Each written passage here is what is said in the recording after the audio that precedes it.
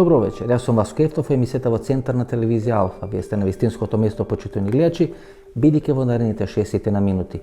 И вие и јас имаме право да знаеме вистината.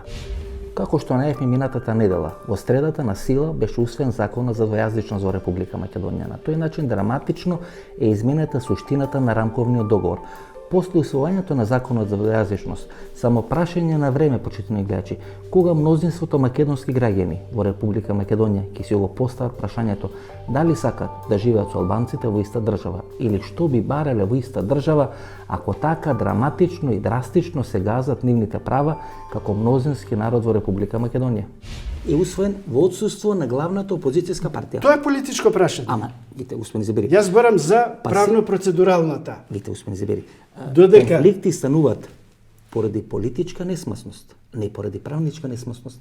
Значи, секоја политичка несмислност која е основа за одредено генерирање на тензии треба да биде елиминирано во вака кревко општество кој што е македонското. Точно. Дали е политички мудро вие да усвоите закон кој опозицијата ви е надвор од парламентот? И сега правнички ми велите да, треба да се отворат 33.000, па замислите да се отворат 33.000 амандмани, па тоа дел од македонскиот народ и јавност ќе свати дека еве го нашиот глас не сака да го слушнат во нашето македонско собрание. Ама тие се надвор од уставот.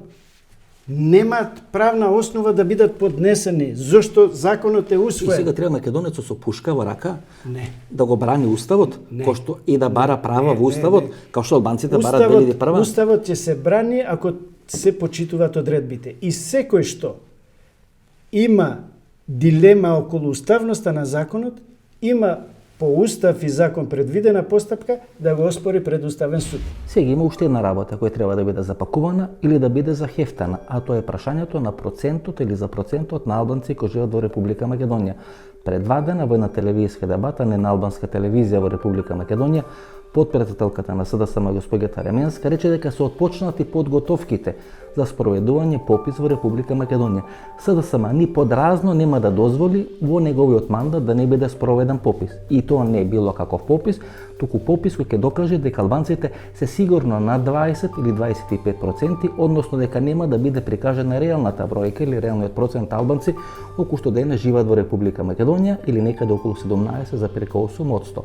При тоа Ременски додава дека било какви и да се резултатите на пописот, тоа нема да ги намали стекнатите права на албанците во Република Македонија. Значи СДСМ ќе спроведи попис и со тој попис ќе биде захефтано или запечатано последното отворено прашање за албанците. Колку албанци живеат во Република Македонија? Па ни еден попис не е легален у Македонија, бидејќи е проблематизира. Кој на тој попис не можете да верувате, ќе верувам на некое кажување на некој полициски службеник. Збери, па спорен е пописот за албанците, спорен пописот и на Косово. Да. Па спорен за албанците и пописот на Косово. Значи нема попис у светот кој што не е спорен за албанците. Ама да. колку толку тоа е поверодостојно од колку едно кажување. И кога гледате 243.000, вие влагате во операција на 150.000 државјанства за да го зголемите тој процент на албанци во Република Македонија. И тогаш почна операцијата 150.000 државјанства. Дадени се ли 150.000 државјанства? Колку се дадени? Добил секој кој низ по закон утврдена постапка ги исполнува. Добро, вие сте дали се тоа 500, 5000, 50.000, не можам да кажам. Па вие бевте тоа дел од власта и вие го спроведувавте тој процес. Вие се фалевте дека сте поделиле 150.000 државјанства. Колку се поделени? Не знам. Како не знаете? Не знам, јас ви кажувам уште. Кој не ви одговара, не знаете. Не. Јас не сум МВР да знам колку државјанства се поделени. Вие бевте вице-премиер на влада до 98 година, кога е спроведен тој попис на 150.000 државјанства и ден денес се делат државјанства. Подобро, колку се поделени до 98 година? Нема таков податок. Повеќе од 50.000? Јас не располагам со таков податок. Јас само едно знам, дека се стекнал со државјанство секој што ги исполнувал условите. И патем да кажам, дека многу граѓани покрај тоа што ги исполнува условите беа одбиени. Значи уште треба лични карти да се поделат. Уште пасоши. Да, за секој што ги исполнува условите. И со кој процент, господине Зебери, ке задоволни? Ако вие ги исполнувате условите, како може да ви се негира правото да бидете? Значи вие не знаете колку се поделени, ама знаете дека има уште кои многу барат. Јас сакам секој да го оствари своето право. Талат процедурално, талат. Талат процедурално. Што прави се? Талат. Процедурално. Талат процедурално, талат. Прекинеме талат. Танкаве. Процедурално. Талат. Talat. Talat, proceduralno, talat.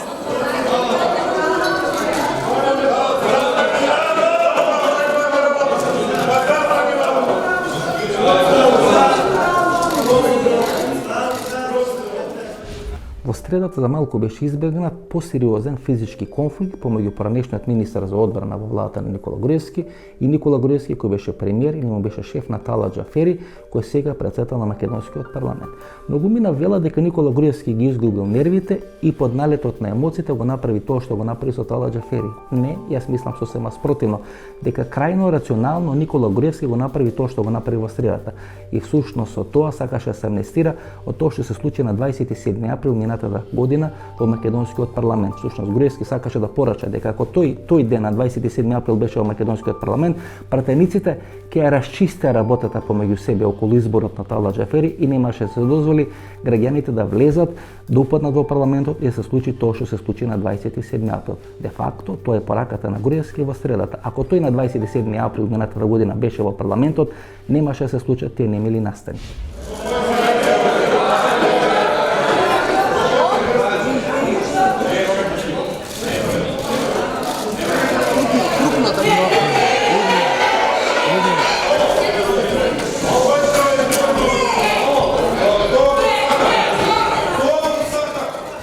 И тоа е тоа што се однесува до јазикот или законот за двојазичност во Република Македонија, почитувани гледачи.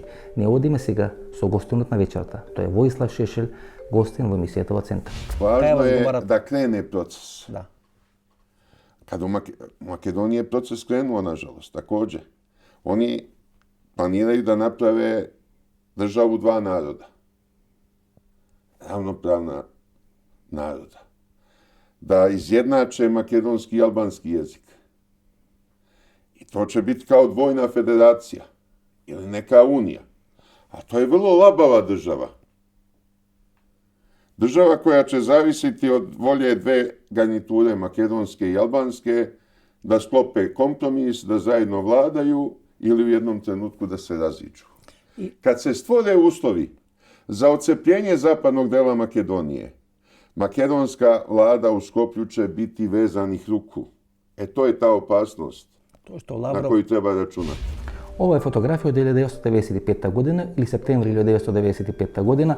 Тоа е американската булдожер дипломатија која на средба со Киро Глигоров ја договорува времената спогодба со која се регулираат односите помеѓу Македонија и Грција. Иако Америка е спонзор на таа времена спогодба, 13 години подоцна или 2008 година, Соединетите американски држави не ја притискаат Грција да ја спроведи или да ја реализира времената спогодба и под референцата поранешна Југословенска република Македонија да биде примена во членство во НАТО. Меѓутоа, погледнете го списокот на овие четворица играчи на таа булдожер дипломатија. Првиот е Ричард Холбрук или човекот чиј подпис стои на Дејтонскиот мировен договор и на времената спогодба со кој се регулирани односите во Босна и помеѓу Македонија и Грција. Човекот до него е Кристофер Хил, тогаш амбасадор на Америка во Република Македонија, подоцна заминува и амбасадор на Америка во Полска и на крајот завршува да биде амбасадор на Америка во Северна Кореја и е автор на тој договор помеѓу Северна и Јужна Кореја, значи корејското прашање, кој е исклучително битно за Америка. Третиот човек е господинот Бил Пердју или авторот на тој рамковен договор или булдожерот кој го истрка рамковниот договор во Охрид, подоцна заминува и стана амбасадор на Америка во Бугарија, односно клучниот сојузник на американците на Балканскиот полуостров, заедно со албанците, и четвртиот е Вести Кларк или човекот кој 1999 година како командант на НАТО ја реализираше операцијата или тие авионски воздушни напади на тогашна СР Југославија. Тоа е американска булдожер дипломатија, таа ги направи сите мировни договори на Балканот во текот на 90-тите години и 2001 година во Република Македонија и тие договори сега се ревидираат и дали тоа ќе биде основа за нови војни конфликти на Балканот. Тоа е клучното прашање на оваа емисија. Вие сте биле опозиција 90-тите години, но на овој временски период бевте и власт во владата на Милошевиќ или на влада за спас на Република Србија, широка концентрациона влада. И сте имале можност да гледате како функционира таа американска булдожер дипломатија? Ja se nikad nisam sastao sa Holbrukom, ali mi je Milošević detaljno o tome pričao. Holbruk dođe, zapne iz petnih žila, svađa se, preti i ucenjuje ponaša se kao najgori dripac iz seoske krčme. Добро, го добиват ли на крај американците тоа што го сакат? Еве, вие со Милошевич делевте и затворски дел на его хак.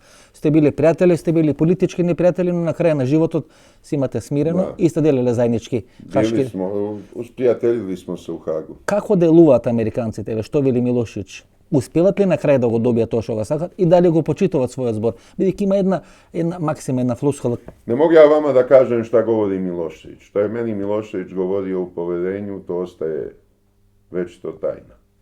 Ali ono što ja mislim o tome mogu da vam kažem. Amerikanci prvo pošalju nekoga ko vam da prazno obećanje. I onaj, zaboravio sam mu ime, posle je poginuo na Igmanu. Američki diplomata, ako se sećate, što je na Igmanu poginuo, pao je na oku provaliju, gde su bila minska polja. On dođe i nešto obeća. Posle njega dolazi drugi, dolazi Holbrooke, na primjer. Ili Hill, ili Gelbart, nije bitno. I on se ponaša kao da onaj ništa prethodno nije obećao. Nijedno američko obećanje ništa ne vredi. Dođe vam jedan Amerikanac, obeća šta ga je volja. Dolazi drugi, postavlja nove zahteve, a ono kao da nikad nije obećano. Najgore je u diplomatskim odnosima sa Amerikancima to što im nikad ništa ne možete verovati. Бидејќи еден договор не е Ponašaju se prema nama kao što su se ponašali prema Indijancima u 19. veku.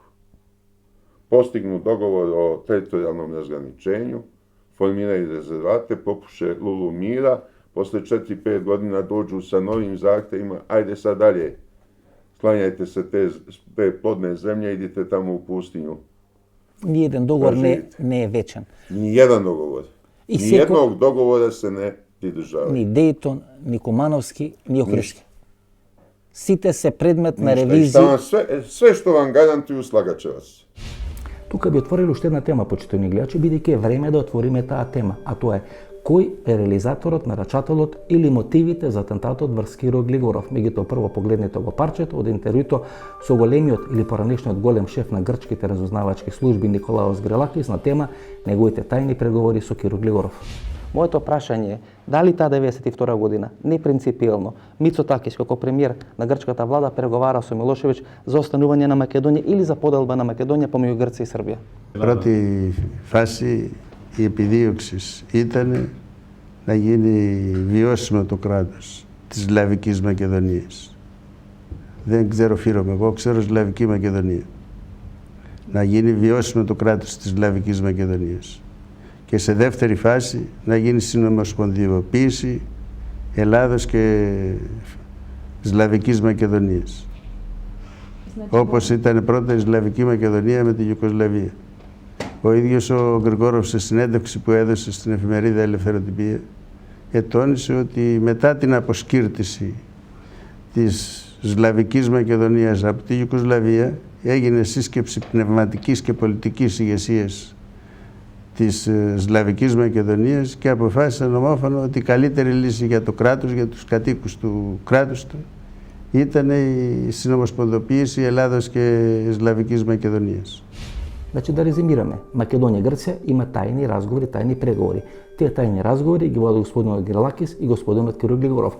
Предмет на тие тајни разговори е конфедерација или федерација помеѓу Република Македонија или Република Грција, односно Македонија во таа идна федерација или конфедерација да има истото место или истата улога или истиот статус како што го имало во поранешна СФР Југославија. Тоа е грчкиот стремеж да биде направена федерација или конфедерација со Македонија, античкиот дел на Грција или словенскиот дел на Македонија. Односно, тоа е она византиска идеја кај што античките грци или словените се спојуваат и живеат во една иста држава. Дали било тоа добро или било лошо ќе покаже историјата. Меѓутоа денешна временска дистанца, почитувани гледачи, што би било подобро? Македонија да заврши во федерација или конфедерација со Грција или да биде поделена помеѓу Бугарија или помеѓу Албанија како што предвидо рускиот министар за надворешни работи господинот Лавров. И второто прашање кое што е многу битно, на кого му одговараше 95-та година, значи веднаш после подпишувањето на времената спогодба, а пред ратификацијата на времената спогодба во македонскиот парламент да биде извршен атентат врз Киро Глигоров. тогаш министерот за внатрешни работи, сега е жив и здрав, господинот Любомир Фрчковски, можете да го прашате, на првата пресконференција, веднаш по атентатот врз Киро Глигоров, излезе и кажа дека сите индици водат кон Мултигруп. Тоа во тој момент беше најголемата бугарска компанија која тееше повеќе милиарди долари, која беше настаната од луѓе кои порано беа функционери во бугарското војно и полициско разузнавање, 5-та или 6-та управа на бугарската армија и на бугарската полиција. Дали и понатаму Фрчковски смета дека Бугарија имала интерес да изврши атентат врз Киро Глигоров?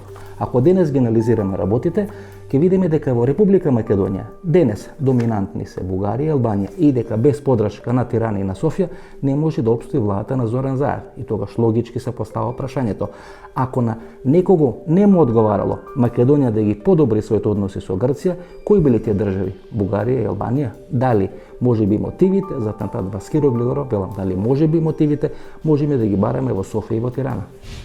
Ричард Холбрук и неговата булдожер дипломатија доаѓаат на Балканскиот полуостров, го потпишуваат Дејтонскиот мировен договор, го оставаат Косовското прашање да се решава малку подоцна 99 година и ги принудуваат Македонија и Грција да потпишат таа времена спогодба. Значи, неколку дена после тоа што се договара помеѓу Македонија и Грција се случи атентатот врз Киро Глигоров. Еден ден пред тој атентат Глигоров имаше средба тука во Белград со Слободан Милошевич. Вие ќе кажете за човек кои исклучително добро ги познати работи, непосредно после тоа станавте дел на владата, нели 98-99 година бевте дел на владината коалиција. Можеше ли да се најде некои елементи за замешателство на Србија, на српски криминални структури во атентатот на Глигоров? Сеќате се тога атентата на Киро Глигорова, njega su spasli srpski lekari. Iz mrtvi ga izvukli. On je već klinički bio otpisan. Srpski lekari su ga spasili i živeo je još 10-15 godina koliko. Имаше ли некои елементи за српски служби замешани во атентатот на Глигоров? Vidite, Srbiji nije bio interes da se ubije Gligorov. Srbija to nije htela. Srbija je htela da ima mirnu granicu s Makedonijom. Kad je donešena odluka da se JNA povuče iz Makedonije, tadašnje srpsko rukovodstvo, ja sam tu pravio probleme neke i tako, ali ja sam bio opozicija. Tadašnje srpsko rukovodstvo je otprilike reklo: ako vi ne želite zajedničku državu, mi nemamo interesa da vas na silu teramo. Mi ćemo se povući, pa onda vi odlučite hoćete li zajedno ili ćete samostalno. Ja isključujem svaku mogućnost da je srpska služba u tome učestvovala. A da je učestvovala, ne bi Srbija poslala najbolje lekare da spasu Gligorova. To je išao Vaso Antunović, išao je Miloš Janičijević i tako. Ekipa najboljih srpskih lekara. Vi se sećate toga?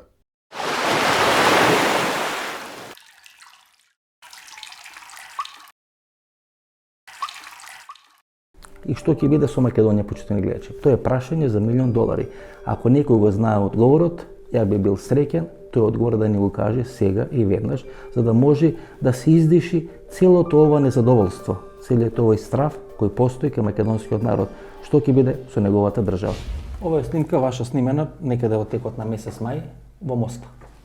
Тука сте вие, господинот Борис Дамовски и господинот Стефчо Екимовски. Фала Богу, не завршивте како Борис Дамовски, кој заврши во затвор, меѓутоа вие сте снимени во Москва. Дали ова снимка усвари вие запечати политичката кариера вас и на Стефчо Екимовски? Вие изгубихте во Стара Негоричани, Стефчо Екимовски изгубил својот бастион во општината Карпош. Во услови кога главната битка во Македонија, која се представува во странските медиуми, е битка против руското влијание, бевте снимени во Москва. Дали таа снимка и таа посета на Москва вие запечати политичката кариера? Вака, знаете, кога прв пат заминав на Конгресот на Единствена Русија, значи јас заминав на Конгресот со, условно кажам, со предзнаење дека сето она што ќе го направам ќе се одрази во мојата понатамошна кариера. Меѓутоа, политичкиот момент на моето одење во Москва беше пред се иницииран од пристапот на меѓународна заедница кон проблемите во Република Македонија. Подолго време зборувам, се извинам, подолго време зборувам дека процесите во Република Македонија одат кон сериозна разграба на македонското општество и на македонската држава. И тоа на некој начин требаше да биде опомена или соодветна како ја кажам, палење на црвено светло на македонската јавност дека работите во Република Македонија одат во погрешна насока. Вие сте сериозен политичар, извинувам. Ако Зоран Заев во Црна Гора вели Мило Џукановиќ преживеа државен удар од русите за да не влезе Црна Гора во НАТО, мене ми викат моите пријатели дека јас сум следниот.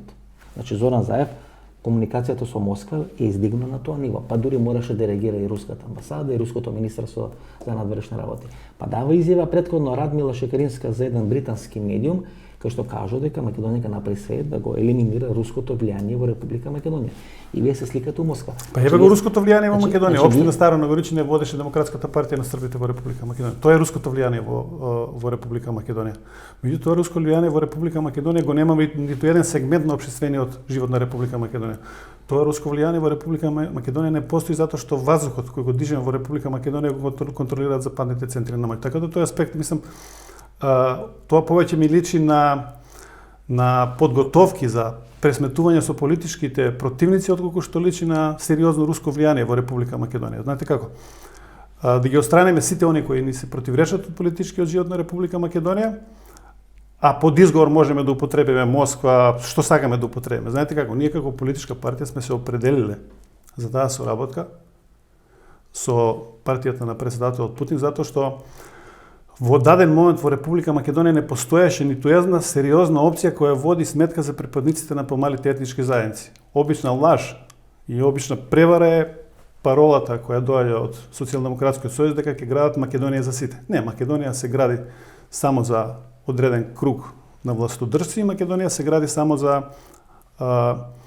албанците и она што утре евентуално би останало во некаква си приказна мултиетничка приказна која би завршила со некаква си хибридна нација или нешто што ќе остане да живее во другиот дел на Република Македонија. И тоа е вистината за настаните и за сето она што се случува во Република Македонија во изминатиот период и за сето она што ќе се случува во наредниот. Да не се лажеме, почитувани гледачи, од средата наваму, Македонија влага во една нова фаза, една многу неизвестна фаза.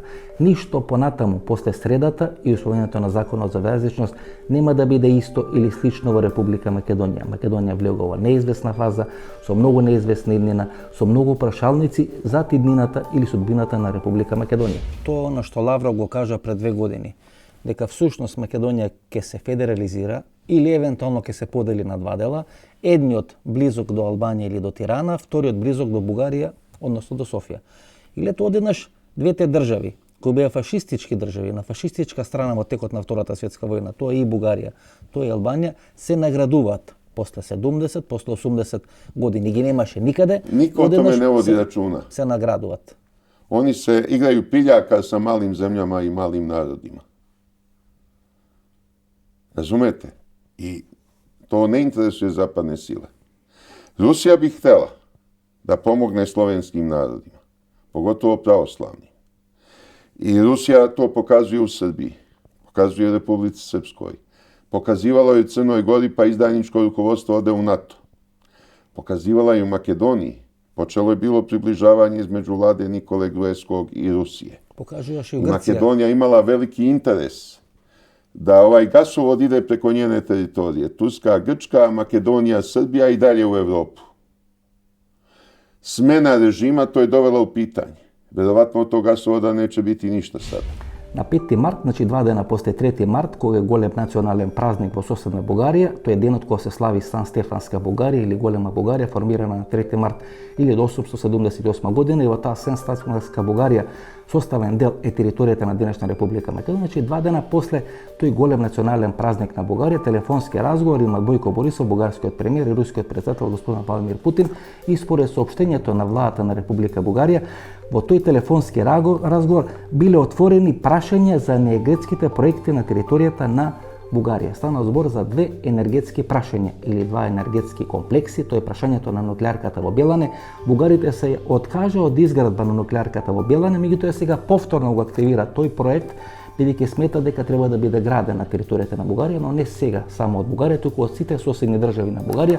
И вториот проект е турскиот тек или тој Јужен поток, односно рускиот газ, повторно да поминува низ територијата на Република Бугарија. До пред 4 или 5 години Бугаријата има 4 руски проекти на својата територија. Годишно тие на Бугарија носеа печалба тешка некаде околу 10 милиарди евра. Под притисок на германците и на американците, Бојко Борисов се откажа од сите руски проекти на територијата на Република Бугарија и остана минус за 10 милиарди евра годишно во бугарскиот буџет, бидејќи нема ни еден друг начин како да го компензира тој губиток од 10 милиарди евра. Сега Бојко Борисов се сети дека повторно треба да се врати во добра комуникација со русите и со Владимир Путин. Кој му помогна на Бојко Борисов во таа операција за повторно воспоставување на добри односи со Русија? Нормално, неговата најголема инвестиција во Република Македонија, господинот Зоран Заев. Што требаше да направи Зоран Заев? Да ги прекини односите комуникацијата со Русија, односно турскиот тек да не поминува преку Грција и Македонија, туку повторно да поминува преку Бугарија. Дури јас си го поставам прашањето, почитувани гледачи, дали Зоран Заев е донесен на власт да го смени името на Република Македонија или тоа е само бонус што се бара од Зоран Заев? Односно, дали двете работи кои биле ставени на маса пред Зоран Заев од неговите главни спонзори, тоа се бугарите, тоа се албанците, е Зоран Заев да ги влоши односите со Русија и Бугарија повторно да биде државата преку која ќе поминува рускиот или турскиот тек, и дали треба да ги реализира сите барања на албанците за федерализација во Република Македонија. На 27 април минатата година вие прв најавувате дека ќе дојде до ескалација на случувањето во Македонија во македонскиот парламент.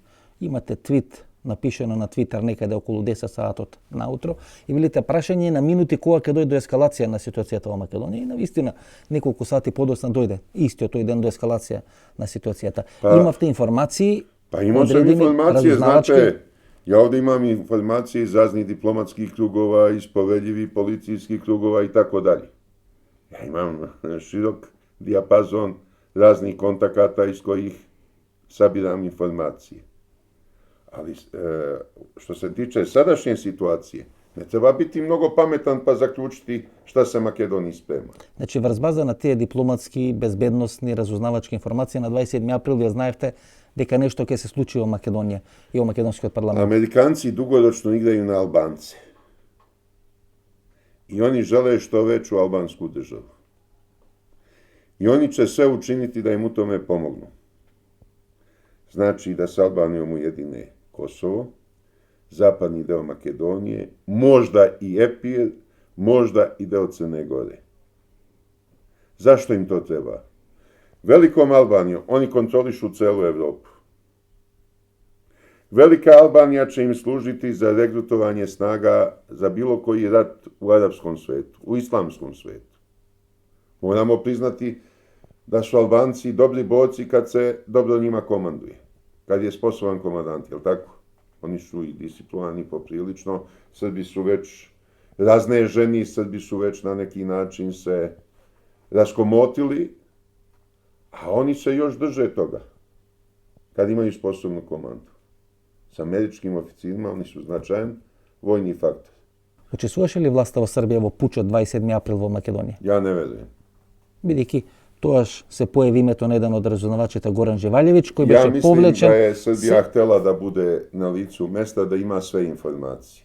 Според вашите информации, учествували српски разузнавачи во пучот во Македонија? Ja mislim da nisu učestvovali. Ali možda grešim. Бидејќи знаете, Nisam detaljno informisan, ali Srbiji nije u interesu. бидејќи господин Шешел, анализите кои се прават во Скопје велат дека Србија сакала да остане постоечката гарнитура на власт во Македонија, како Македонија не би станала членка на НАТО и тогаш НАТО би дошло до самата граница на Србија. To je li NATO na grčkim granicama ili na makedonskim, nije nama naročito značajno. Jer kad NATO hoće na Srbiju, on brzo prođe preko Makedonije, je li tako? Iako se makedonski narod tome suprotstavljao. Zato ne verujem u to. Srbiji bi bila najvažnija stabilna Makedonija i čvrsta Makedonija. I Makedonija koja bi bila u rukama Makedonaca, a ne Albanaca. To je ono što je stalo, do čega je stalo Srbiji. Zato iskreno ne verujem da je Srbija htela da se naruši stabilnost Makedonije. A intimno Srbi su navijali za Gruevskog.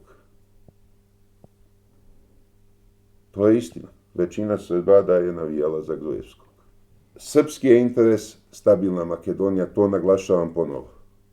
Ne može biti srpski interes Makedonija da bude u rasulu.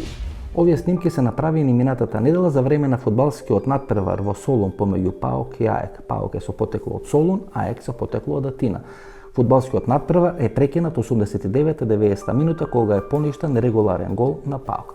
Овие снимки и овие настани личат на тоа што се случуваше 1990 година, кога тогаш на стадионот Максимир во Загреб беше прекинат надпреварот помеѓу Динамо и Црвена звезда. Многумина тоа го сметаа како почеток на крај на тогашна СФР Југославија. Дали на некој му одговара денес во Грција на фудбалските надпревари, кои подосна би се трансферирале како одреден конфликт помеѓу Солун и Атина, да предизвика нова нестабилност ке нашиот јужен сосед и тоа да го направи сега во моментот кој треба да биде решавано прашањето со името на Република Македонија. Меѓутоа прво погледнете ги снимките, а подосна јас ќе ви анализирам кои се луѓето кои учествуваат во тие работи. Човекот кој го гледате како со пиштол влегува на теренот на стадионот Тумбе, каде што е прекинат надпреварот помеѓу ПАОК и АЕК е господинот Иван Савидис. Тој е член на партијата Единствена Русија на господинот Владимир Путин, роден во градот Ростов 1955 година, бил пратеник од редовите на партијата Единствена Русија, некаде пред 10-15 години доаѓа во Грција и прави огромен капитал. На 16 март, значи пред 4 дена, неговата компанија Донски табак за 1,6 милиарди долари е продадена на Јапан Тобако. Во рамки на таа корпорација Донски табак влегува и најголемата фабрика за цигари во Грција, која исто така е во собственост на господинот Иван Савидис. Тоа е фабриката во градот Санти. Господинот Савидис е еден од главните акционери во Солунското пристаниште, располага со огромен капитал во Грција и е главен спонзор на коалицијата помеѓу господинот Каменас и Сириза на господинот Ципрас. Без поддршка на господинот Савидис не може да биде направена грчката влада и не може нормално да функционира грчката влада. А ако господинот Савидис е главен спонзор на партијата на господинот Каменос, министерот за одбрана, кој има најпроруски ставови во денешната номенклатура на Грција, тога се постава прашањето дали некој сега сака во Грција да ја дестабилизира грчката влада или да го елиминира руското влијание врз грчката влада. Што било на крајот цехот кој би можел да биде пратен, одредена дестабилизација во Грција, можно влегување на албанците во ЕПИР, бидејќи до 4-5 комунике на Учак и Новака 2001 година беше јасно кажано дека тие се залагаат за освојување на делот на Чамерија кој е денес во Република Грција и на тој начин да биде прекината таа главна сообраќајна и енергетска артерија или современата Вија Игнација која почнува од Турција и завршува на Јонското море. Дали можеби тоа што сега се случува денес во Грција е влез во една нова геополитичка разврска во која албанците не би биле наградени само со делови на Црна Гора, делови на Косово, делови на Западна Македонија, туку со делови на Грција. Македонија и Грција преговарат околу можно решение на тој проблем со името.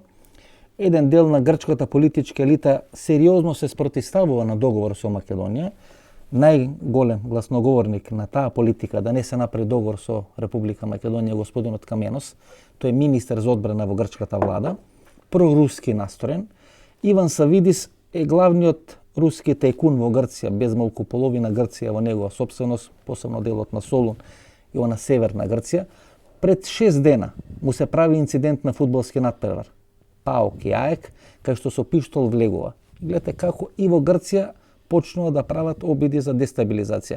Тоа што беше после Букуреш 2008 година и рушењето на Караманлис со одредени улични немири, кои ги читаме тие депеши на Викиликс, најмногу му се замерува не дека ја блокираше Македонија, туку дека има проруски конекции, сега се случува повторно во Грција.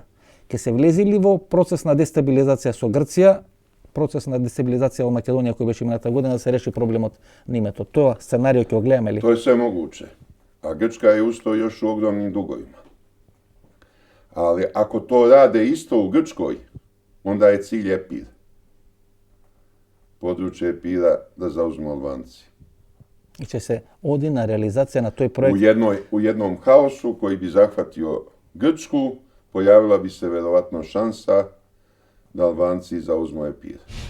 Соединетите американски држави беа спонзор на потпишувањето на таа времена спогодба 1995 година. Според таа времена спогодба на Македонија требаше да биде овозможено да стане членка на НАТО или НЕО по таа привремена референца поранешна Југословенска Република Македонија со големи букви, односно Грција немаше право да стави вето според времената спогодба ако по таа референција Македонија побараше и беше примена во членство на НАТО и НЕО. Меѓутоа тоа не се случи.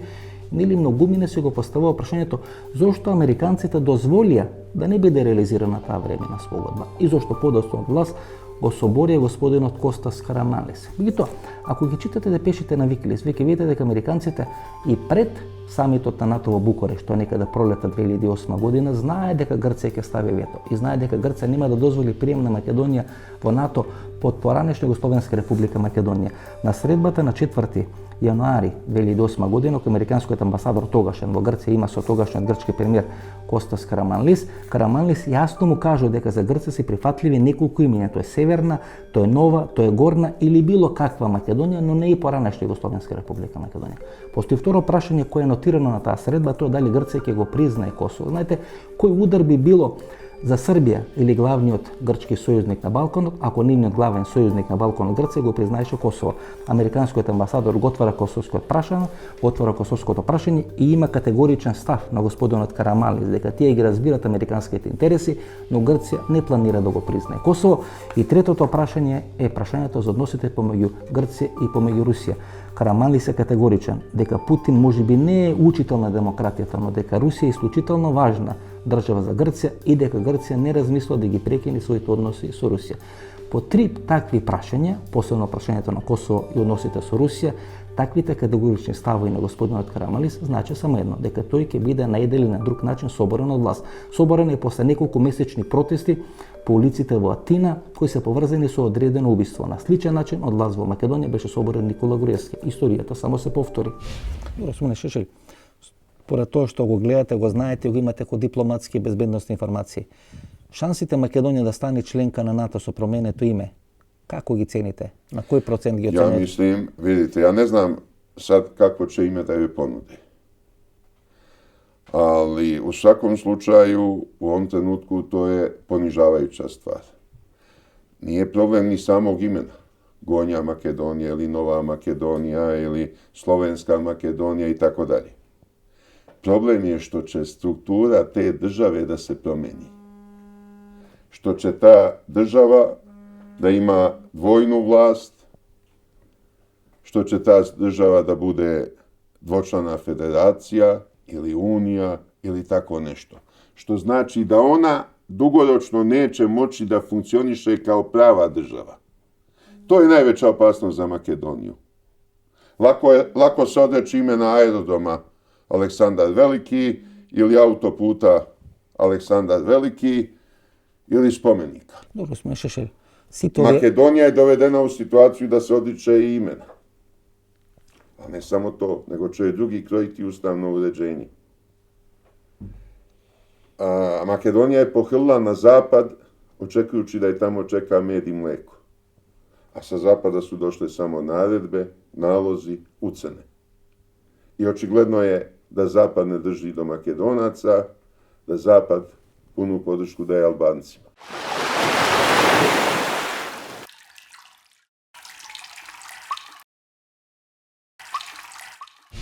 На 10 февруари оваа година во интервјуто за германскиот весник Neues Deutschland, господинот Села дава една изјава која е поприлично проблематична и која на еден начин фрла сенка врз еднината на Република Македонија. Според господинот Села, балансот на Балканскиот полуостров не е воспоставен 1913 година, бидејќи тогаш е пропуштена можноста на Балканот да има совршен баланс, односно да бидат формирани 4 држави или да постојат 4 држави кои би имале помеѓу 6 и 8 милиони население. Тоа е Албанија со околу 6 до 8 милиони албанци, тоа е Србија, Бугарија и Грција.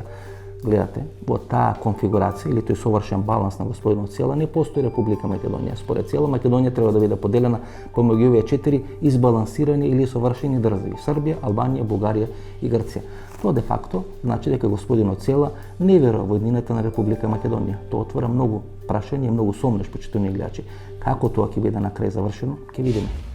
Дури има албански политичари кои развиваат една теза кај што велат дека клучна основа за одредена стабилизација на Балканот била и ќе биде ако се формираат 3 држави со по 6 до 8 милиони жители. Тоа е Бугарија, тоа е Албанија, голема Албанија и тоа е Србија. И дека тоа било клучна основа за одредена стабилизација. Тоа е еден од политичарите албански во Македонија прво го кажа за еден Села, кај што вели се пропушти 912 година значи во Лондон. да они доводе у питање опстанак Македонije. Да. I otvoreno. Така е. A Makedonija umjesto da reaguje na to, da ispreči, makedonska vlada im pravi ustupke. Ето сме Makedonska vlast. I sve im više pravi ustupaka. I svaki put je pritisak sa zapada da se Albancima napravi ustupci, jel tako? Имавте едно интервју пред еден месец, ако не се лажам, кај што велите дека според разговорите кои сте ги имале во ХАК со одредени поранешни високи службеници, офицери или раководители на службата за државна безбедност, пред 5 октомври, безмалку целата полициска структура му откажува послушност на Слободан Милошевиć. Skoro svi generali kupljeni novcem. Од американците. Milionskim iznosima dolara. Svi policijski generali u Srbiji su bili potkupljeni. I policija neutralisana. A vojska se kolebala da li da interveniše ili ne i onda je ostala po strani, jer znate, teško je intervenisati vojskom, a Milošević izgubio izbore. Ali da smo mi imali snage, ja sam to tražio, socijalisti nisu smeli, da rekonstruišemo vladu Srbije, da posmenjujemo i pohapsimo sve ove policijske generale i novu komandu uspostavimo. Ili ako ne možemo da povratimo kontrolu nad policijom, ja bi bio spreman 10.000 četnika da mobilišemo u novu policiju. Gospodine Šešelj, na primjer, ista situacija se повтори на 27. април во Република Македонија. Значи, сценарието што беше правено, реализирано, спроведено за рушење на Милошевиć беше направено и за промена на власта во Република Македонија. Da, a vidite šta su radili. Tu je Gruevski malo popustio i doveo do toga što se desilo. Gruevski je trebao odmah da ide na izbore. Imao je snažnu podršku u narodu. Два пати му ги A пролонгира Amerikanci nisu dali izbore dok nisu sve pripremili i obezbedili, jel и tako? требаше време и два пати ги пролонгира изборите. Jeste.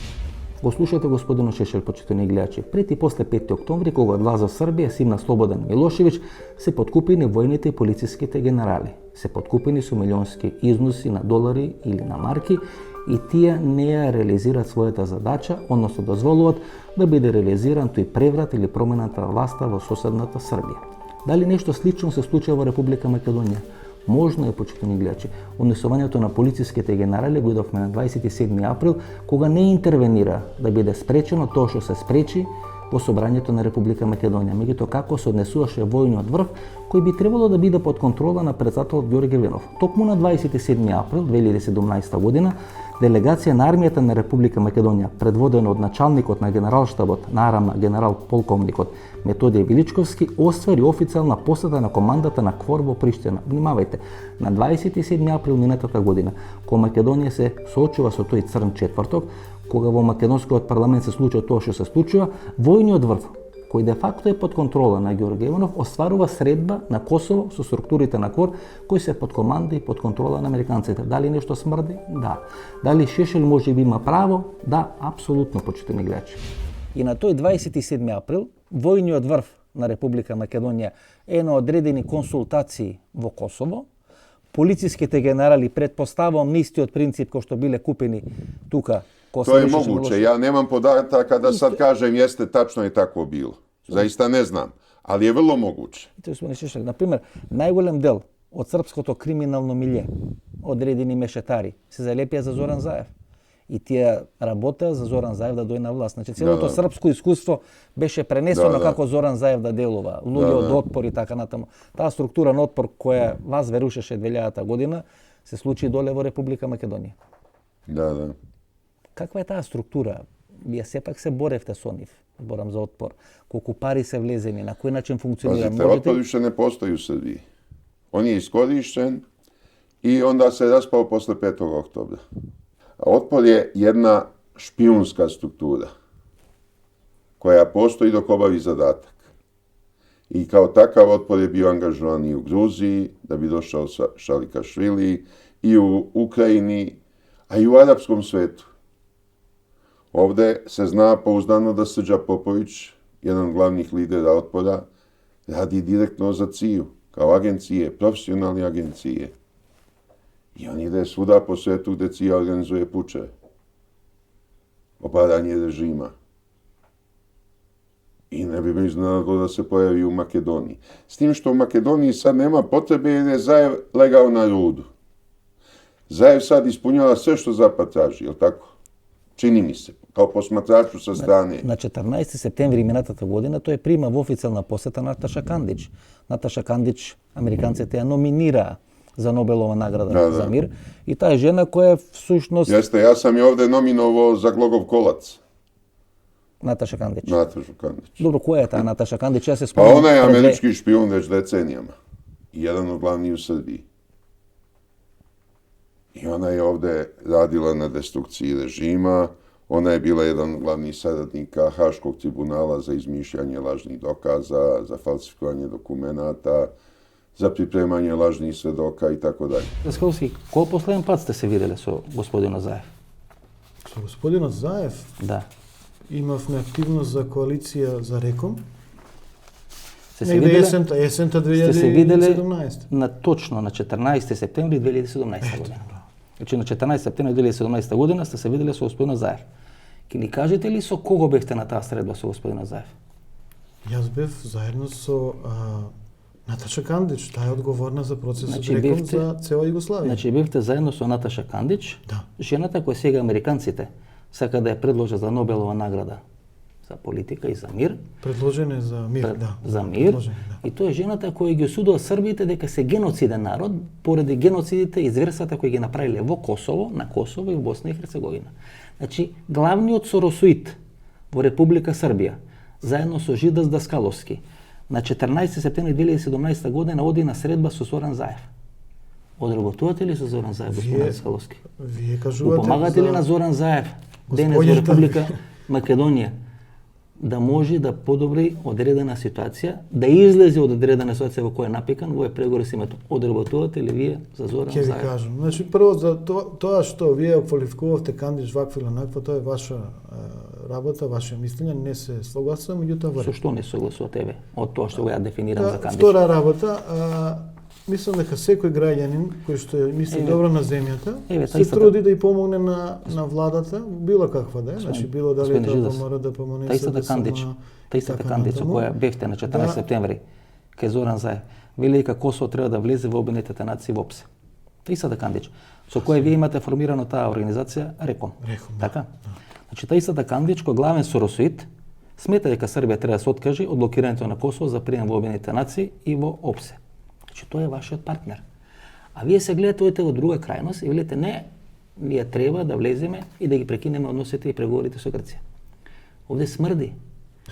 Значи глумите лажни херои, глумите лажни патриоти, со една единствена задача, да му помогнете на Зоран Заев, преку сите тие удбашки инсталации, да може да излези со колку може помала штета од овој процес во кој влезе после 3 годишна тешка политичка харанга и хаварија на Република Македонија, што тој и шарената револуција имат направено. Тоа е Ако ми поентата. дозволите, ќе завршам со Ајде. мислата во однос до Ајде. ова права. Ако не е сега, што да Ајде, правиме? слободно.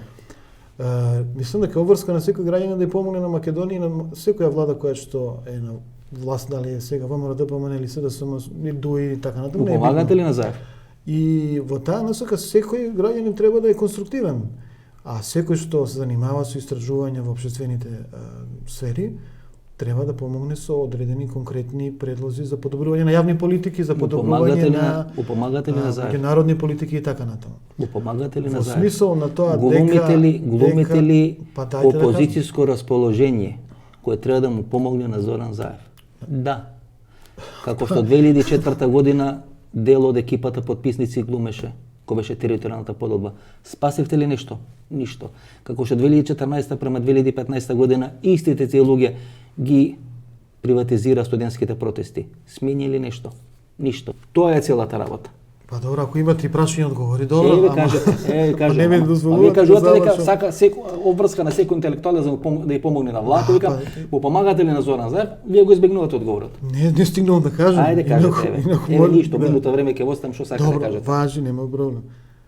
Во однос на прашањето со пред така наречените преговори со Грција, морална обврска е наша, да ја и помогнеме на владата да оди на добар пат, ние да го зачуваме името и дигнитетот, односно достоинството. Ако на тоа мислите, во ред, ние помагаме на владата предводена од Зоран Заев.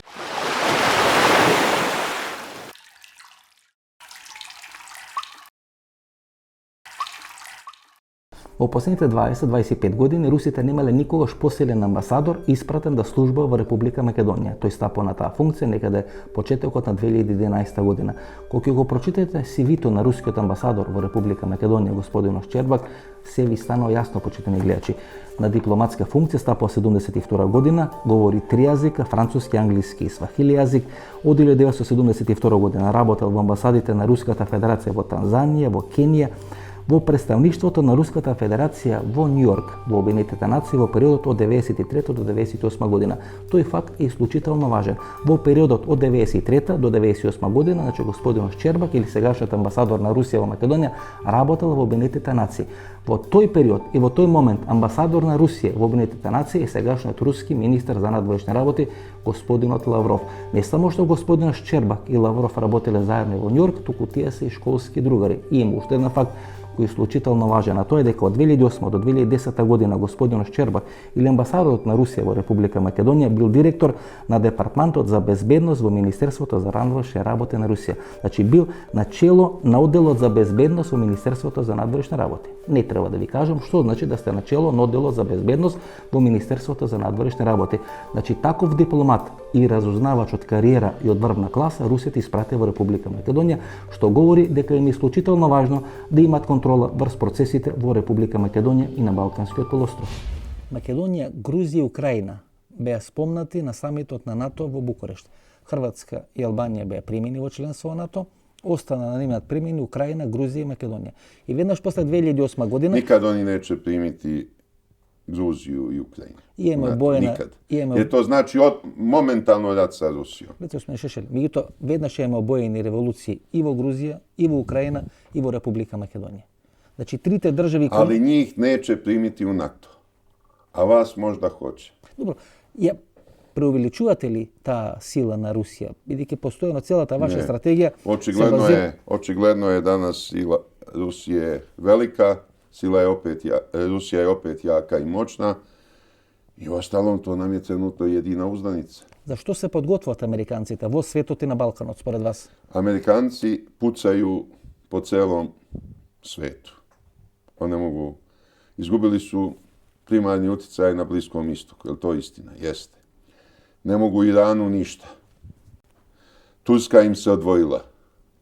Ne mogu u Severnoj Koreji ništa. Kina preuzima ekonomski primat u celom svetu. Amerikanci su suočeni sa sopstvenim problemima. O sopstvenom se jadu zavadili. Ono što održava Ameriku je još uvijek samo činjenica da svet prima dolare kao važno platežno sredstvo. I Amerikanci besomučno štampaju običan papir, bezvredan, i dele celom svetu kao veliku vrednost i uzimaju za to određene robe, sirovine, sve što im treba. Kupuju političare. Kad svet prestane da prima te dolare, kad pređe na neku drugu valutu, Amerika propada. Ова се снимки од мај 2016 година. Пред деци или 2 години Владимир Путин беше во официјална посета на Грција. Негов домакин е господинот Ципрас и сегашниот и тогашен министар за надворешни работи господинот Коцијаш. Со придружба на Коцијас, господинот Путин со хеликоптер и со брод доаѓа на Света Гора. Во Света Гора е дочекан со највисоки црковни почести. Дозволено му е да седне во столот кој беше наменет за поранешните византијски императори. Погледнете снимките, почитани гледачи. Како Владимир Путин е дочекан на Света Гора, како нов монарх на некоја современа Византија. Или како велат, стариот Рим пропадна, вториот Рим беше Цариград, а третиот Рим ќе биде Москва.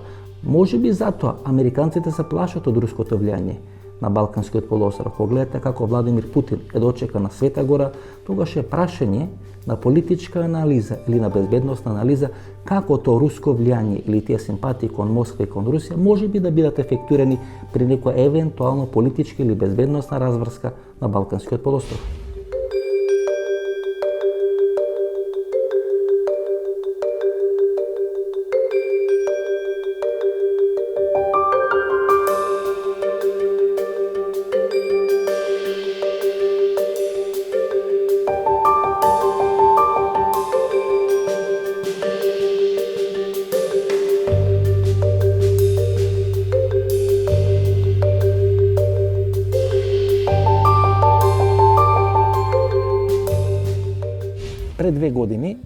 значи мај месец 2016 година, Путин е со највисоки почести примен во Грција и е примен во Света Гора.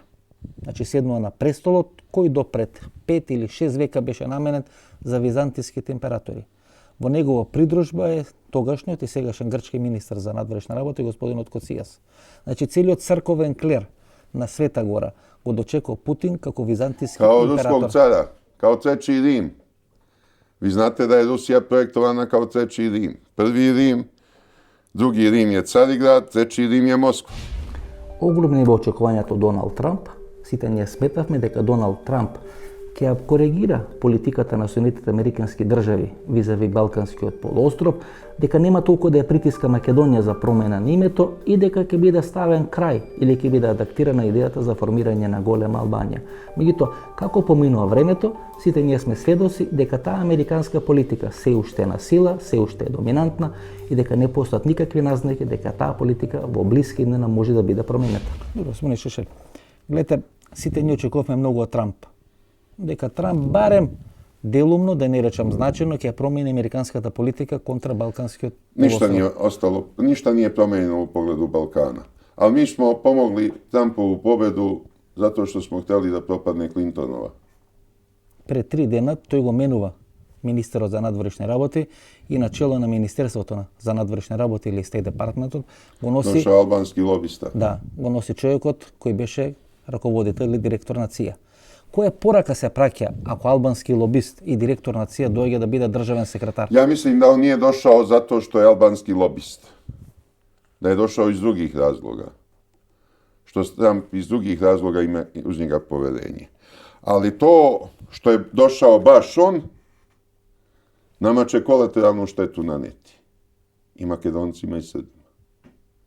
Jer će on nastaviti proalbansku politiku, forsiranje albanskih interesa, zaokruživanje njihovih političkih ciljeva. Зошто американците одлучува да застанат токму зад албанците, да им служат, ајде да речеме, како жарче која може секојаш да предизвика тука оган на Балканот? Pa evo iz prostog razloga, mi moramo da budemo svesni više činjenica zašto je do toga došlo. Prvo, Albanci su neko ko je najposlušniji. Znači ono što ne mogu da urade, verovatno sa Srbima sigurno ne mogu, verovatno ni sa Makedoncima, oni to mogu sa Albancima. Znači lojalni. Da, oni i drugo, što su oni bili spremni da za ostvarenje cilja ne postavljaju pitanje žrtava.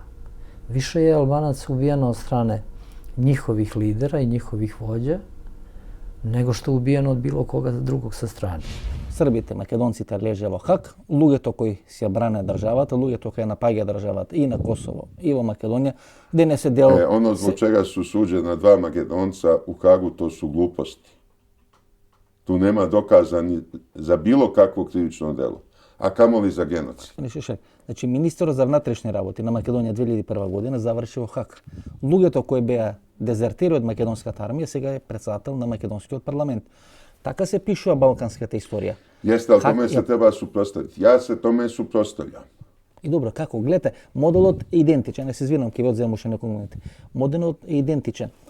Падот на Слободан Милошевиќ почна со оние транскрипти, значи подлошката со оние транскрипти кои нели хрватските служби наводно ги има со прислушување на телефонските разговори на Слободан Милошевиќ, бе објавени во Глобус, тој некаде 99-та година. Па имавме одредена афера во Бугарија, кај што е прислушуван Бојко Борисов, е дисциплиниран, се откажа од руските проекти, не се продолжува понатаму да му се објават бомбите. Па има одредена пресконференција на лидерот на српската опозиција тогашен господинот Пајтич, кај што најавува дека е тој прислушуван, веројатно Вучич нешто прифаќа, повторно прекинува тоа. Во Косово 2016 година имаше исто така афера со прислушување и најбрутална во Република Македонија. Значи моделот е исти и ке заборев, тај Ердоган сателитски прислушкуван и пуштени разговорите на неговиот син во јавноста. Тоа е обид или подлошка да се направи пуч во Турција. Истиот модел Ovo je subvezivno delovanje. Тоа е исти Isti model. И како да се брани човек, велите, треба се како да се брани бидејќи Mora da bude pametniji od onih koji Kako? provode taj model. Како господине Шешел? Pa mora im se suprotstavljati, a ne priklanjati. Па добре, ако косоварите направат армија. Ko sagne glavu, njega tuku. Ko pogne šiju, njega tuku. Еве Косово ќе Ko klekne na kolena, njega tuku. Ko se uspravi, on tuče. Добро, еве косоварите ќе направат армија. Вие велите дека тоа е добра пешадија. Ako bude stani pani, mi ćemo tu njihovu armiju da raspršimo, neće ništa od nje ostati. Очекувате, Ali, ako uđemo u savez sa Rusijom, очекувате дека може да има интервенција во Северно Косово, бидејќи ако прават армија. može. Pa ja sam to govorio i posle ubistva ovog Olivera Jovanovića, da to može biti jedan od motiva, da oni upadnu u Severno Kosovo. A tamo su Srbi još uvek prilično složni i spremni da se brani. I Srbija ne sme ostati skrštenih ruku. Ali da bismo to sve predupredili, mi moramo u savez sa Rusijom. Во вторникот, средата и четвртокот наследникот на Викторија Нуланд, господинот Вес Мичел или помошник на државниот секретар на Соединетите Американски држави, беше на балканска турнеја и испрати 3 пораки: Македонија и Грција да се договорат околу името и Македонија да стане членка на НАТО, да се намали руското влијание на балканскиот полуостров и Косово може да формира своја армија. Дали цената која ќе ја плати регионот за елиминирање на руското влијание е адекватно на сите напори кои треба да бидат направени? Дали регионот ќе добие такви бенефити да биде елиминирано руското учество и дали елиминацијата на руското влијание на балканскиот полуостров може би представува влез во еден нов голем конфликт во нашиот регион? Вес Мичел ова недела беше во балканска турнеја, посети Косово, Македонија, посети Србија. Неговата главна порака е дека руското влијание треба да се елиминира од овој дел на Балканскиот полуостров. Јас тоа го разбирам дека Македонија треба брзо да стане членка на НАТО. За тоа да се случи мора да се попушти околу името и тога Србија ќе биде изолирана, ќе биде обкружена со земји членки на НАТО. Значи Македонија всушност е првата брана да се тргне во фронтална акција против Србија. Slušajte, i danas je Srbija izolovana. Samo je sad izolovana zajedno s Makedonijom.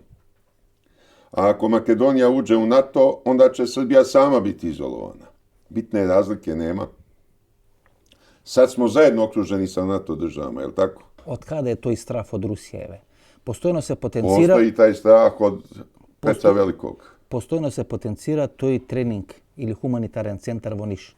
Иначе нема висок американски функционер, дипломат од кариера, кој било каде, во било која точка на Балканскиот полуостров, кој говори за руското влијание на Балканот, него потенцира тој тренинг центар во Ниш. Што е тој де факто тренинг центар во Ниш? Дали е тоа центар на руската шпионажа на Балканот? To je prvo centar koji služi za priskakanje u pomoć u slučaju elementarnih nepogoda, požara, poplava, zemljotresa i tako dalje. Има ли тамо некој шпионски центар руски? Pa slušajte, špijunski centar može da bude i u mom kabinetu ovde. Pa dobro. I ko će meni da zabrani da ovde otvorim špijunski centar? Razumete? Kakav špijunski centar? Šta je to što Rusija baš mora u Nišu da instališe, pa eto, to je taj problem. Добро, господин Шешель, ако се остварат овие најави дека Косово ќе формира своја армија, тамо ќе бидат во најголем дел Ma структури. mi treba da odgovorimo formiranjem ruske vojne baze u Srbiji. I ne samo jedne, nego nekoliko ruskih vojnih baza. Тогаш ќе бидете ко Сирија. Во оној момент кога ќе отворите Ma повеќе molim руски vas, бази, kad uđu, тогаш ќе бидете ко kad Сирија. u Siriji se desilo nešto drugo, drugačiji proces. Tamo su prvo Amerikanci otvorili unutrašnje sukobe, proizveli građanski rat, ustanovili islamsku državu, hteli da po svaku cenu da sluše Asada. Pa su tek onda došli Rusi. A mi treba da dovedemo Ruse pre nego što se nešto tako dogodi. Da je režim u Rusiji bio drugačiji 90. godina i da smo imali ruske baze 90. ne bi bilo bombardovanja.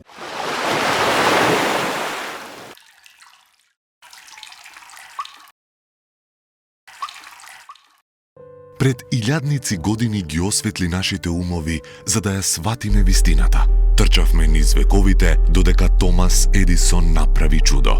И даде енергија и ние го дизајниравме егло во срцето на Австрија. Од 1969 секој ден растеме кон совршенството. На секои 2 секунди една светилка егло се вклучува за прв пат. Манекс го доведе во Македонија. Егло. My light, my style. Врвот на светската медицина и во Македонија, патентиран во САД, студиски потврден на Penn State Универзитетот во Харвард, произведен во Германија. ЦХ од Гелита, Германија, за здрави коски, тетиви, лигаменти и менискус. Не секој алфа е и ЦХ. Барајте го оригиналот ЦХ, Барајте стриктно од Гелита. Не секоја алфа е и цеха. Избегнувајте фалсификати. Барајте оригиналната цеха.